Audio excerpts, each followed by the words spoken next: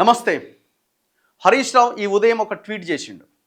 Ponguleti శ్రీనివాసరెడ్డిని counter చేస్తూ రాష్ట్ర ప్రభుత్వాన్ని క్వశ్చన్ చేస్తూ ఒక ట్వీట్ చేయడం జరిగింది. ఈ మధ్యకాలంలో ఖమ్మం భూముల మీద చాలా పెద్ద ఎత్తున ప్రెస్ మీట్లు పెట్టి మీడియా మీద విరుచుకుపడుతున్న పొంగులేటికి ఈ కౌంటర్. ఎందుకంటే ఈ అక్రమ నిర్మాణాల మీద మేము ఉక్కుపాదం మోపుతాం, ఎంతటి వారినైనా వదిలిపెట్టమని అధికారంలోకి వచ్చిన పార్టీ ఏ అక్రమ నిర్మాణం కూలుస్తున్నది అనంటే, పేదవాడు ఒక 50 గజాలు 100 గజాల భూమిలో ఇల్లు కట్టుకుంటే ఆ ఇళ్లను కూల్చేస్తున్నారు. బడా పెద్ద పెద్ద వాళ్ళు రియల్ ఎస్టేట్ మాఫియా కట్టుకునే ఇళ్ళకి మాత్రం పర్మిషన్స్ ఇచ్చుకుంటూ పోతున్నారు. అదే సమయంలో మంత్రులు వాళ్ళ దందాన్ని వాళ్ళు చేసుకుంటున్నారు. అందులో ప్రధానంగా ఈ రియల్ ఎస్టేట్ రంగంలో ఎవరైతే ఉన్నారో మంత్రులు, అందులో ముఖ్యంగా పొంగులేటి శ్రీనివాసరెడ్డి అక్రమ క్వారీలు నడుపుతున్నాడు. మరి ఆయన మీద యాక్షన్ లేదా? ఆయన క్వారీని ఎందుకు ఆపరు? మైనింగ్ డిపార్ట్మెంట్ ఏమైంది?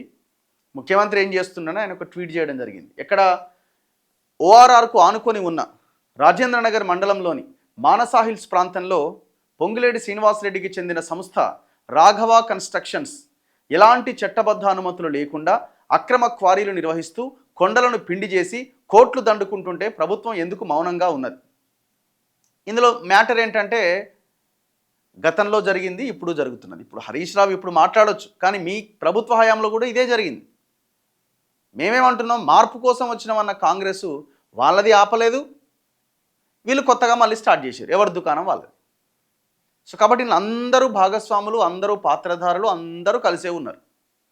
ఇప్పుడు హరీష్ రావు గారు లొకేషన్ మ్యాప్ పెట్టి మరి దీన్ని ట్వీట్ చేయడం జరిగింది. ఎక్కడుంది ఈ లొకేషను? ఇక ఫలానా ప్రాంతంలో ఈ లొకేషన్ ఉంది అని, ఆ లొకేషన్లో ఇక్కడ ఈ క్వారీ నడుస్తున్నదట. ఇది మొత్తం కూడా స్టోన్ క్వారీ రోడ్, ఇక్కడ రాఘవ కన్స్ట్రక్షన్, ఈ స్టోన్ క్వారీ వ్యాలీ, ఇదంతా ఇక్కడ ఈ ప్రాంతం అంతా ఈ అక్రమంగా ఈ రాజేంద్ర నగర్ ప్రాంతం, ఇది ఫైబర్ కాంక్రీట్ రాజేంద్ర నగర్.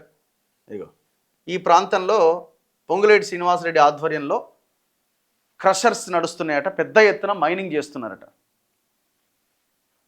మరి కన్సర్న్ డిపార్ట్మెంట్స్ ఏమైనాయి? హైడ్రా ఏమైంది? మైనింగ్ డిపార్ట్మెంట్ ఏమైంది? నిబంధనలకు తూట్లు పొడుస్తూ ప్రభుత్వ ఆదాయానికి గండి కొడుతూ అక్రమ క్వారీలతో సహజ సంపదను కొల్లగొట్టే ఈ గలీజ్ దందా చేస్తుంటే రెవెన్యూ, మైనింగ్, పీసీబీ, హెచ్ఎండి అధికారులు ఎందుకు అటువైపు కన్నెత్తి చూడట్లేదు? ఎందుకు చూస్తారు? ఎవరి జేబులలో వాళ్ళది జేబులు నిండిన తర్వాత ఇంకా చూసేది ఎక్కడిది?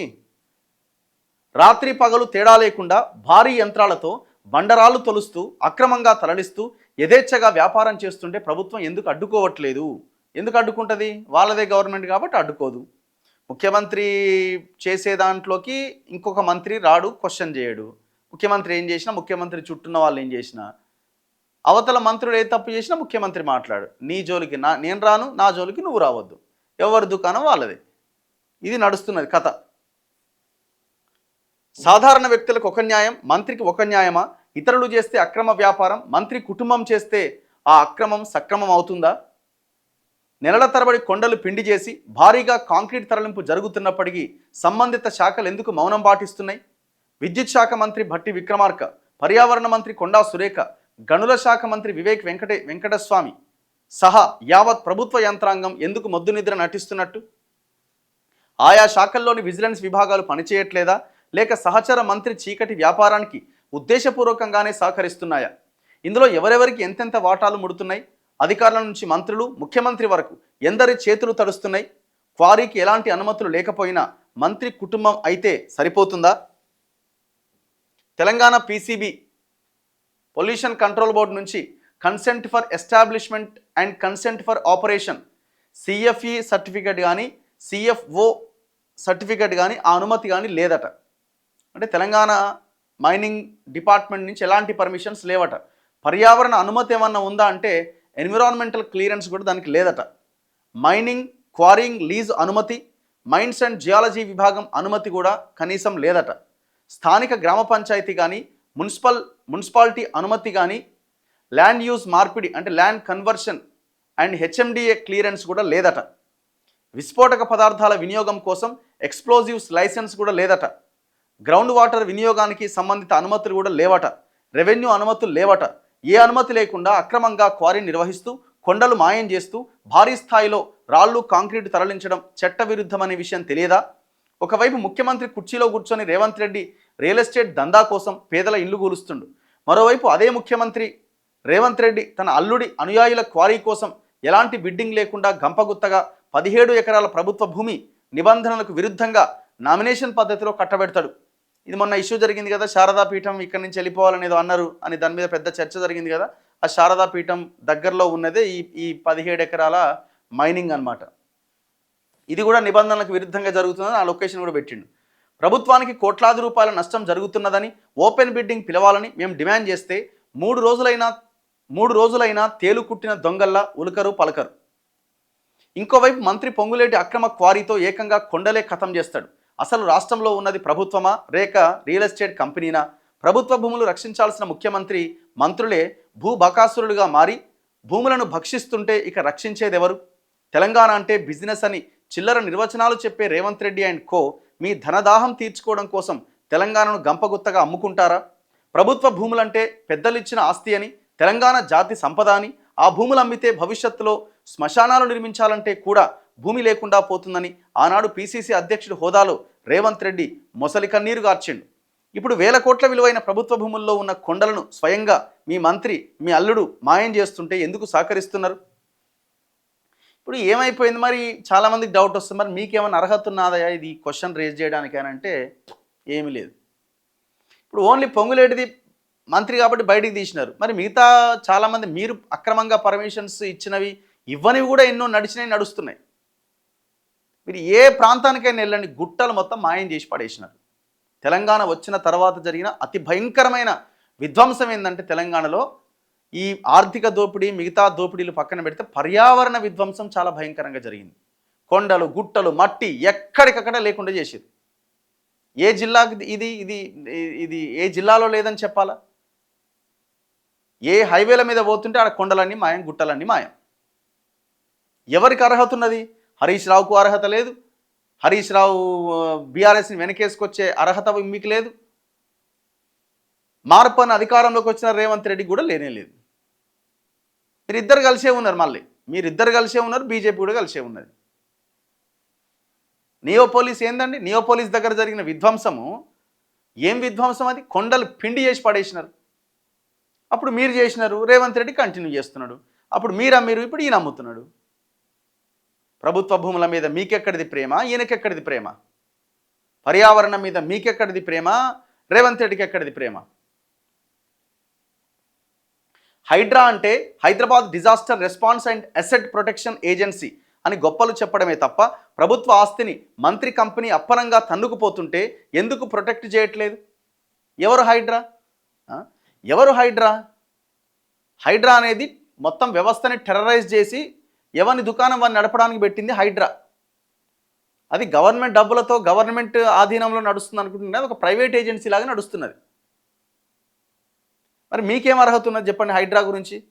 మేము వర్టెక్స్ అనే కంపెనీ 340 ఎకరాలకు సంబంధించిన అక్రమాలని బయట పెడితే కేటీఆర్ సహాయంతో టీ న్యూస్లో మాకు నెగిటివ్గా వార్తలు రాయించారు. వారు రియల్ ఎస్టేట్ వాడికి ఆ మాఫియాకి అండగా నిలబడి. ఇది మీకున్న అర్హత. ఇక మీరేం హైడ్రా గురించి మాట్లాడగలుగుతారు చెప్పండి? కాంగ్రెస్ ఛానళ్ళలో కూడా రాలే. ప్రధాన ప్రతిపక్షమైన బీఆర్ఎస్ ఛానల్ అయిన తెలంగాణ భవన్లో నడుస్తున్న పార్టీ ఆఫీసులో నడుస్తున్న ఛానల్లో మా మీద నెగిటివ్ వార్త వేసారు.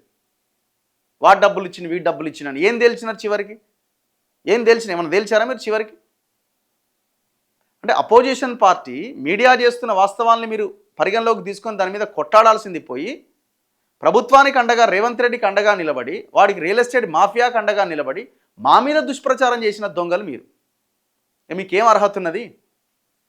శని ఆదివారాలు వచ్చిందంటే చాలు పేదల ఇండ్ల మీదకి వెళ్లే హైడ్రా బుల్డోజర్కు ప్రభుత్వ భూమిలో ఉన్న ఈ అక్రమ క్వారీ కనిపించట్లేదా?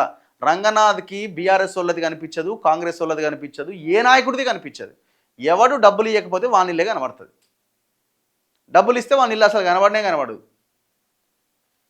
సాధారణ ప్రజలకు ఒక న్యాయం, ముఖ్యమంత్రి అల్లుడి అనుయాయులు మంత్రులకు ఒక న్యాయమా?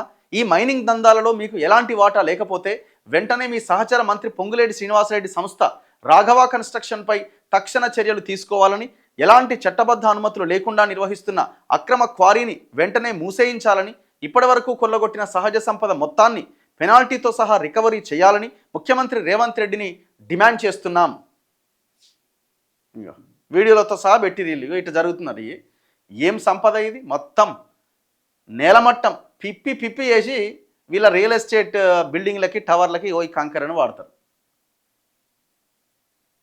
ఇదట జరుగుతున్నది అక్కడ.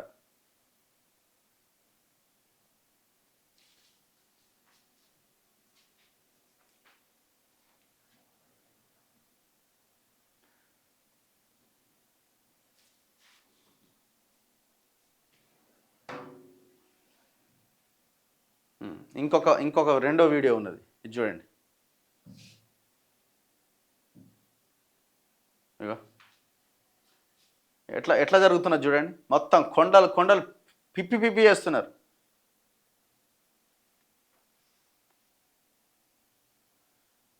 సో ఇంత భయంకరమైన విధ్వంసం జరుగుతున్నదట వితౌట్ పర్మిషన్ అట. ఓ గ్రామ పంచాయత్ పర్మిషన్ లేదు, మున్సిపాలిటీ పర్మిషన్ లేదు, మైనింగ్ పర్మిషన్ లేదు, హెచ్ఎండిఏ పర్మిషన్ లేదు, ఏ పర్మిషన్ లేదట. ఏ పర్మిషన్ లేకుండా నడుస్తుందట. ఓ దంచుతున్నాడు Ponguleti Srinivasareddy speech press meet పెట్టి చీల్చి చెండాడతాం వాది ఇది, మేము చర్చకు సిద్ధమా? మరి చర్చకు సిద్ధంగా ఇవన్నింటికి. ఇంకో స్టోరీ ఉంది గో, మీ కొడుకు పేరు మీద నువ్వు చేసిన ఇది. నెక్స్ట్ ఎపిసోడ్లోనే దీని గురించి మాట్లాడతా. ఎవరైనా Raghava projects having it's office, ఎవరైనా పొంగులేటి హర్షారెడ్డి ఆయన కొడుకు. ఎంత భయంకరమైన విషయం తెలుసా? నెక్స్ట్ ఎపిసోడ్లో మీకు చూపిస్తా. ఎండోమెంట్ ల్యాండ్ అనేది గుడి ల్యాండ్. గుడికి సంబంధించిన ల్యాండ్ వీళ్ళకి రావడం కోసం ప్రభుత్వమే సపరేట్గా ఒక జీవో ఇచ్చింది. ఎక్కడైనా గుడి భూమి గుడికి ఉంటుంది, గుడి భూమి రియల్ ఎస్టేట్ కోసం వాడతారా? 2021-22లో పొంగులేటి శ్రీనివాసరెడ్డి బీఆర్ఎస్లో ఉన్నప్పుడు ఇక సపరేట్ తెలంగాణ రాజపత్రం ఒక జీవో రిలీజ్ చేయించుకొని 15 గుంటల భూమి, దాదాపు 1815 గజాల భూమిని 70,000కు గజం చొప్పున ఆ భూమిని ప్రభుత్వం దగ్గర నుంచి కొనుగోలు చేసిండు. ఎండోమెంట్ ల్యాండ్ ఎట్లా అమ్ముతుందండి గవర్నమెంట్? అవకాశం ఉందా అసలు? చట్టం చెప్తున్నదా? ఈ వీడియో నెక్స్ట్ ఎపిసోడ్లో నేను మీకు చూపించే ప్రయత్నం చేస్తాను. సో తక్షణం హరీష్ రావు చేసిన ట్వీట్కి రెస్పాండ్ అవ్వాల్సిందే. అన్ని డిపార్ట్మెంట్స్ రెస్పాండ్ కావాలి. ఆయన అందరి మంత్రులని ట్యాగ్ చేసిండు. ఒకవేళ అది అక్రమం అయితే ఇమీడియట్గా మూసేయాలి. ఈ అక్రమమే ఉంటుంది, ఏ సక్రమంగా నడుస్తున్నాయి. అండ్ దాంతోపాటు హరీష్ రావు గారు మీరు కూడా ఓన్లీ పొంగులేటిదో కాంగ్రెస్ వాళ్ళదే కాదు, రామేశ్వరరావుకి సంబంధించిన వ్యవహారాలు ఉన్నాయి. ఇంకా చాలా కంపెనీలు మొత్తం భూములు కొల్లగొట్టిరు, మైనింగ్ చేస్తున్నారు. మరి వాటి గురించి కూడా ట్వీట్లు చేయాలి. చూస్తూనే ఉండండి మన తొలి వెలుగు.